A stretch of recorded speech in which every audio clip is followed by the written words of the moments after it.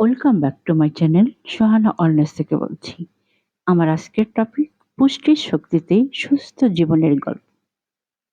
আমাদের শরীর সুস্থ, কর্মক্ষম ও রোগ প্রতিরোধী রাখতে প্রতিদিনের খাবারে সঠিক পুষ্টি থাকা অত্যন্ত জরুরি।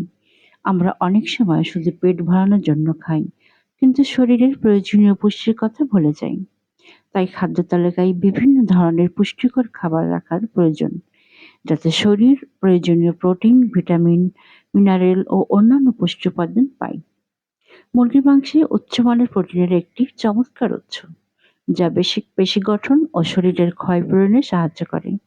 গরুর মাংসে রয়েছে আয়রন, জিঙ্ক ও ভিটামিন বি 12, যা রক্ত স্বল্পতা প্রতিরোধ ও শক্তি উৎপাদনে গুরুত্বপূর্ণ ভূমিকা রাখে।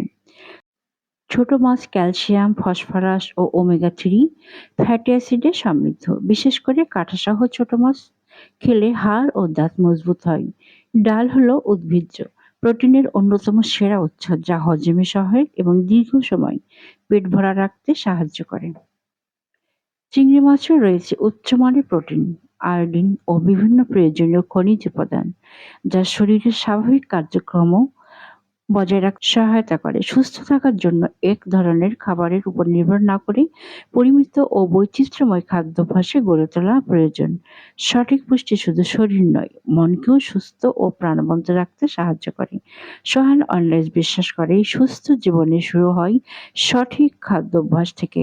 পুষ্টি, স্বাস্থ্য ও সুস্থ জীবনযাপনের বিভিন্ন তথ্য নিয়ে সোহানা অনলাইন সব সময় আপনার পাশে আছে।